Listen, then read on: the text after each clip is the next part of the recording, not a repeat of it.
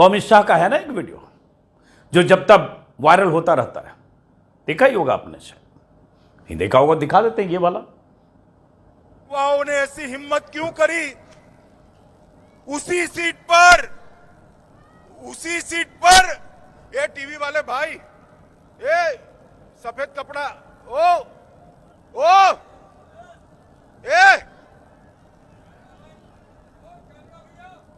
इस ओर कर दो कैमरा इस ओर कर दो, तुम इस ओर कर दो। कुछ ही दिन पहले उसी सीट पर ममता दीदी की मीटिंग थी। ए टीवी वाले भाई, ए सफेद कपड़ा, ओ इस ओर कर दो कैमरा, इस ओर कर दो कैमरा, तुम कैमरा इस ओर करो। ए ये कोई तरीका होता है किसी भी कैमरामैन से बात करने का? पता नहीं कौन कैमरामैन सामने था फ्रेम में, या क्या वजह थी, और वो भी सार्वजनिक मंच से, वो भी इतना बड़ा नेता। ये तो इज्जत कमाई है और बनाई है चैनलों ने बीते 8 साल में। है हिम्मत किसी कार्यक्रम में ऐसे अमित शाह से सवाल पूछने की? एक सवाल कभी एक बार हिम्मत दिखाया हो तो बताओ। और मोदी जी, उनका तो क्या ही कहा जाए। 8 साल में एक बार भी प्रधानमंत्री के तौर पर नरेंद्र मोदी जी ने कोई भी प्रेस कॉन्फ्रेंस नहीं की है। अपने आप में इतिहास भी है, रिकॉर्ड भी है।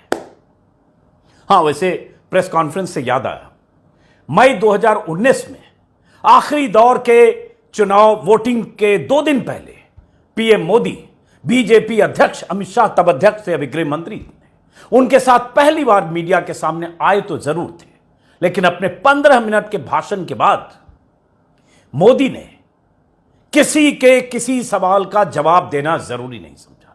पत्रकार तो वहां गए थे, सामने पीएम है, कुछ सवाल पूछे जाएंगे। जो सवाल पीएम से पूछे गए उनका भी जवाब अमित शाह ने दिया। प्रज्ञा ठाकुर को मन से माफ न करने वाले बयान पर भी मोदी से सवाल पूछा गया। आज तक की एक एंकर ने पूछा और जवाब में मोदी जी ने शाह की तरफ माइक ट्रांसफर कर दिया और कहा, हम तो डिसिप्लिन सोल्जर हैं, पार्टी अध्यक्ष हमारे लिए सब कुछ होते हैं। और 10-12 सेकंड का जवाब अमित शाह ने दिया और मामले को निपटा दिया। वही लीपापोती कि डिसिप्लिनरी कमेटी फैसला करेगी, उसके हिसाब से आगे कार्रवाई होगी, ये हमारी पार्टी का संविधान है, बात कर। अगर वाकई ये प्रेस कॉन्फ्रेंस थी देश के प्रधानमंत्री की 5 साल राज करने के बाद पहली बार, तो देश के किसी पीएम की अब तक की पहली कॉन्फ्रेंस थी जिसमें पीएम ने न कोई सवाल लिया न कोई जवाब दिया, बल्कि दुनिया के हो सकता है पहले राष्ट्राध्यक्ष हो जो सवाल डायरेक्ट उनसे संबोधित करके पूछे भी गए, उसका भी जवाब अमित शाह ने दिया। गोया पीएम मोदी संकल्प करके आए हो कि चाहे कुछ भी हो जाए, मुझे किसी सवाल का जवाब देना ही नहीं है। वो दिन और आज का दिन मोदी दोबारा कभी मीडिया के सामने नहीं आए। प्रज्ञा ठाकुर के खिलाफ न कोई कार्रवाई हुई, न कोई सवाल पूछा गया। याद होगा जब गांधी और गोडसे के बारे में आपत्तिजनक बयान दिए थे तो मोदी जी ने कहा, मन से कभी माफ नहीं करेंगे। बीते 8 सालों में मोदी ने चुनिंदा पत्रकारों और चुनिंदा कलाकारों को ही इंटरव्यू दिए, चाहे प्रसून जोशी जो फकीरी वाले सवाल पूछकर पूरी दुनिया में नाम कमा गए, या फिर अक्षय कुमार हो जिन्होंने ऐसा सवाल पूछा जो न भूतो न भविष्यति वाला सवाल है। सवाल तो पता ही होगा आपको, पता है ना, आम चूस कर खाते हैं या काट कर खाते हैं, ये वाला सवाल। कुछ और पत्रकारों ने भी, थकते क्यों नहीं है, आप खाते क्या हैं, आपको इतनी एनर्जी कहां से आती है, पर्स रखते हैं कि नहीं, इसी टाइप के सवाल पूछकर अपना नाम साक्षात्कारकर्ताओं की लिस्ट में दर्ज करा चुके हैं। विदेश यात्राओं के दौरान मोदी कभी मीडिया से मुखातिब नहीं होते। कई बार विदेशी प्रेस में भी उनके इस रवैये को लेकर आलोचना हो चुकी है। एक बार वो वाला भी वीडियो आया था जिसमें भारतीय संवाददाता जो रिपोर्टर गए थे प्रधानमंत्री मोदी के कार्यक्रम के लिए, उन्हें जब कार्यक्रम वाले हॉल में एंट्री नहीं मिली तो मोदी जी ने जब बाहर निकले, लोगों ने शिकायत की तो मोदी जी ने कहा था, ओ माय गॉड, मैं बात करता हूं। मोदी भक्ति में डूबे चैनलों का आलम यह है कि नीचे से ऊपर तक, एंकर और रिपोर्टर से लेकर एडिटर और मालिक तक मोदी की कृपा के आकांक्षी बने रहते हैं। सबकी अपनी अपनी हसरतें हैं। किसी का कारोबार है, किसी को नजरे इनायत चाहिए, किसी को पीएम का ट्विटर पर फॉलो बैक चाहिए, कोई सिर्फ इसलिए तरसता रहता है कि मोदी के गुड बुक में शामिल हो जाए, कोई पीएमओ के जोशी जी के गुड बुक में शामिल रहना चाहता है, और जो मोदी जी के गुड बुक में शामिल है उनके लिए मोदी ही देश है, मोदी ही संविधान है, मोदी ही उद्धारक है, मोदी ही भविष्य द्रष्टा है, मोदी ही देश की जरूरत है, मोदी ही वर्तमान है, मोदी ही भविष्य है। मोदी नहीं तो कुछ नहीं, मोदी नहीं तो देश नहीं। पृथ्वी लोक पर देश के लिए, भारत के उत्थान के लिए, राष्ट्र के उत्थान के लिए ऐसा नेता कोई आया नहीं। ऐसे चैनल या चैनलों के चेहरे जो करते हैं, अगर वो पत्रकारिता है तो उनकी पूरी पत्रकारिता मोदी जी को समर्पित है।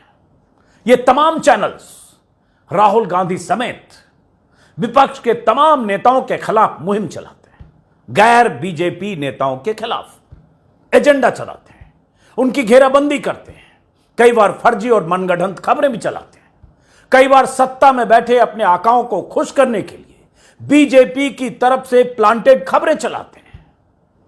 हिंदू मुसलमान वाला नैरेटिव इसलिए चलाए रखते हैं ताकि बीजेपी को फायदा हो। नफरत वाली पत्रकारिता करते हैं, ऐसे ही जबरन कहीं घुसने की कोशिश करते हैं और ऐसे ही चीखते हैं अगर विपक्ष का कोई कार्यक्रम, और ऐसे ही हेडलाइन लगाते हैं, सवालों से भागे राहुल, सवालों से भागे फलां, सवालों से भागा फलां।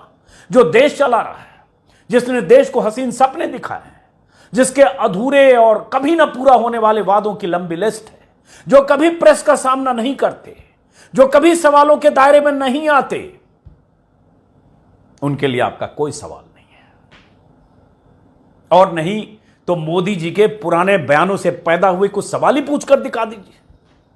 महंगाई, बेरोजगारी, किसानों की समस्याएं, युवाओं की मुश्किलें, काला धन लाने के वादे, तेल, गैस, पेट्रोल को लेकर मोदी जी के पुराने बयान, हर परिवार को 2022 तक छत देने के दावे, सवालों की कमी है क्या? कमी पड़े तो मोदी का नाम और मोदी के वादे और 13, 14, 15 सर्च कर लें, आपको सैकड़ों ऐसे सवाल आपके लिए पैदा हो जाएंगे। लेकिन कभी पूछा है क्या? कभी पूछते हैं क्या? कभी लगता है कि देश के प्रधानमंत्री से भी कोई सवाल पूछना चाहिए? कभी लगता है कि प्रधानमंत्री के तौर पर मोदी जी की कोई जिम्मेदारी है? उन जिम्मेदारियों में जहां खामियां हैं, उन नीतियों में जहां खामियां हैं, जो प्रधानमंत्री ने बड़े बड़े दावे किए, स्मार्ट सिटी, देश में 100 स्मार्ट सिटी अब तक बन जाने चाहिए से लेकर गांव को गोद लिया, कितने तरह की स्कीम। देश में तो अभी सैकड़ों ऐसे गांव हो जाने चाहिए थे, हजारों ऐसे गांव जिसकी तकदीर बदल जानी चाहिए थी गांव को गोद लेने के बाद।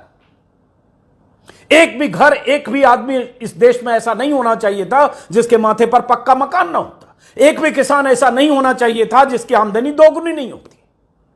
और हर आदमी को 15-15 लाख रुपए भी मिले होते और कोई बेरोजगार इस देश में नहीं होता। कभी आपने पूछा कि प्रधानमंत्री करोड़ों लोगों को रोजगार के वादे करके आए थे चुनाव में नरेंद्र मोदी, और उसके बाद 8 सालों की सरकार में 7 लाख, 7.25 लाख लोगों को केंद्र सरकार में नौकरियां मिली, 22 करोड़ लोगों ने आवेदन किया।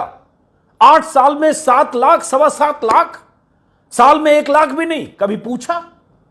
नहीं पूछा होगा, क्योंकि इसके लिए हिम्मत चाहिए। लेकिन यहां राहुल गांधी की सभा में mister Rahul, mister Rahul, mister Rahul, भीड़ में दूर से ऐसे इंटरव्यू होता है।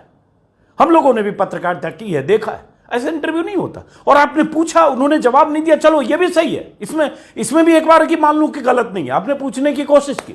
लेकिन हेडलाइन फिर ये, सवालों से बचकर भागे राहुल, और ये हेडलाइन भी लगाइए, चलिए मैं मानता हूं, लेकिन फिर ये हिम्मत भी दिखाइए कि इसी तरह से कभी मोदी, अमित शाह, योगी से भी पूछिए योगी से अगर सवाल की कमी पड़े तो मैं बता दूंगा 100 सवाल, पूछिए कभी, और तब कहिए आप पत्रकारिता करते हैं। लेकिन नहीं पूछेंगे, वहां तो आपको आशीर्वाद चाहिए, कृपा की आकांक्षी है, क्योंकि वहां आपको चाटुकारिता करनी है। कुछ खुद करते हैं, कुछ आपके मालिक करते हैं, कुछ आपके संपादक करते हैं, कुछ आपके भीतर कट्टर हिंदुत्ववादी प्रवृत्ति पैदा हुई है, कुछ मुसलमानों से नफरत है और बहुत सारी वजह हैं। तो इसलिए यह मत कहिए कि सवालों से राहुल भागे। दरअसल आपने बेशर्मी का चोला ओढ़ रखा है, खुद को पत्रकार कहते हैं, दरअसल पत्रकारिता से अब आपका कोई रिश्ता रह नहीं गया है। तो फिलहाल इस वीडियो को खत्म करते हैं। मैं जानता हूं इस वीडियो के बाद सैकड़ों पत्रकार मुझे भी गाली देंगे, दीजिए, इतिहास में सब दर्ज हो रहा है। नमस्कार।